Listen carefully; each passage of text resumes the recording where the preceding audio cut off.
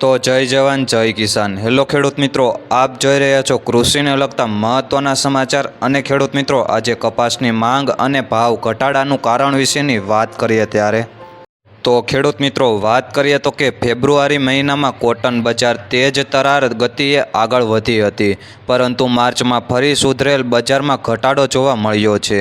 Cotton બજાર વર્તુળોમાંથી મળતી માહિતી મુજબ વર્તમાન ભાવમાં લાંબી વધઘટ થવાની જગ્યા દેખાતી નથી। કપાસની વિદેશી બજાર પણ તૂટેલી છે, અને ત્યારે આપણે ત્યાં ગત વર્ષની તુલનાએ કપાસનો પાક ઓછો હોવા છતાં નિકાસ પેરેટી ન બેસતા હાલ નિકાસને બ્રેક લાગી છે।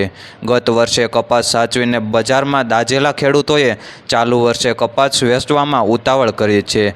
દેશમાં કપાસ ઉત્પાદનમાં CAI સંસ્થાએ 310 લાખ ગાંસડીનો નવો અંદાજ મૂક્યો છે, ત્યારે તે મોટું મન રાખીને 320 લાખ ગાંસડી બે ઘડી માની લઈએ તો અત્યાર સુધીમાં 277 લાખ ગાંસડી બની શકે એટલો કપાસ બજારમાં ઠલવાઈ ચૂક્યો છે।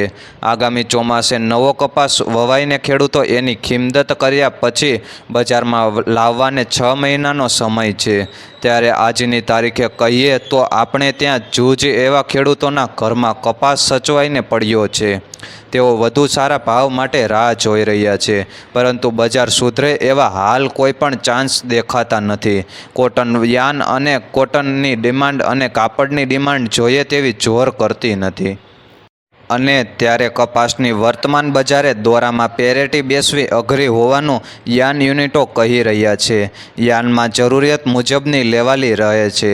કપાસ માર્કેટને સપોર્ટ કરતા પરિબળો દેખાતા નથી। છેલ્લા સપ્તાહથી ખેડૂતોને આગામી ખરીફ સિઝને કપાસ વધુ કે મગફળી વધુ વાવવાનો સવાલ પૂછવામાં આવ્યો, ત્યારે તો ખેડૂતો પણ બંને બાજુ બંને પાકની બજારમાં દમ ન હોવાની કંઈક નક્કી કરી શકતા નથી।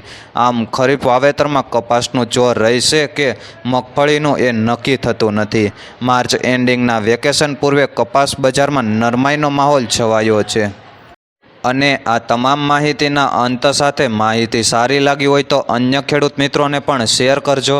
અને ખેડૂત મિત્રો, રોજે રોજના સમાચાર જાણવા અને અવનવી યોજનાની માહિતી મેળવવા આપણી ચેનલ એટલે કે JB ખેડૂત હેલ્પને સબસ્ક્રાઈબ કરજો, અને જે પણ પાક વિશેની માહિતી મેળવવી તેમને કોમેન્ટ કરીને જરૂરથી બતાવશો।